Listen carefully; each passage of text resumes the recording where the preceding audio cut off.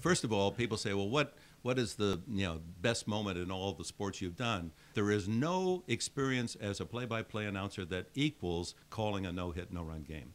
And you get to the sixth inning, and you see all those zeros up there. Every pitch counts, and every movement in the dugout, and every subtle change in the infield and outfield alignment. It's all so important. And what happens is once the excitement begins, it continues to build the drama on every pitch. Now you're in the seventh. Now you're going to the eighth. Now you're in the ninth inning. I mean, they're just to sink your teeth as an announcer into a no-hitter is nonpareil. And we were lucky enough. We didn't have much, as I said in my book. It was Tanana and Ryan and 2 days of crying with the Angels in those times.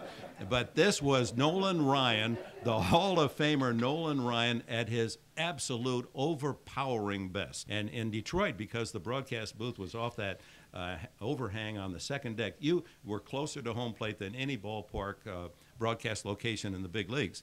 And you could almost hear conversations at times. Ryan, through 6 innings, had struck out 16. So anyway, we get to the ninth inning, and Norm Cash comes up, 1960 American League batting champion, left-handed hitter. And there's a pitch, and all of a sudden there's a fuss, and we hear the conversation, umpire and Cash, and they're talking, and the umpire is pointing toward the dugout, and I'm trying to describe what's happening here. They're sending Cash to the dugout. I don't know if he's been thrown out of the game. No, here comes Cash back up, and it turns out that Cash was at the plate. He had gone into the locker room and taken a leg off a table in the locker room, and he was up there facing Ryan with a table, and not a bat, but a table leg. And the umpire was saying, that's illegal equipment. You go back and get a Louisville Slugger.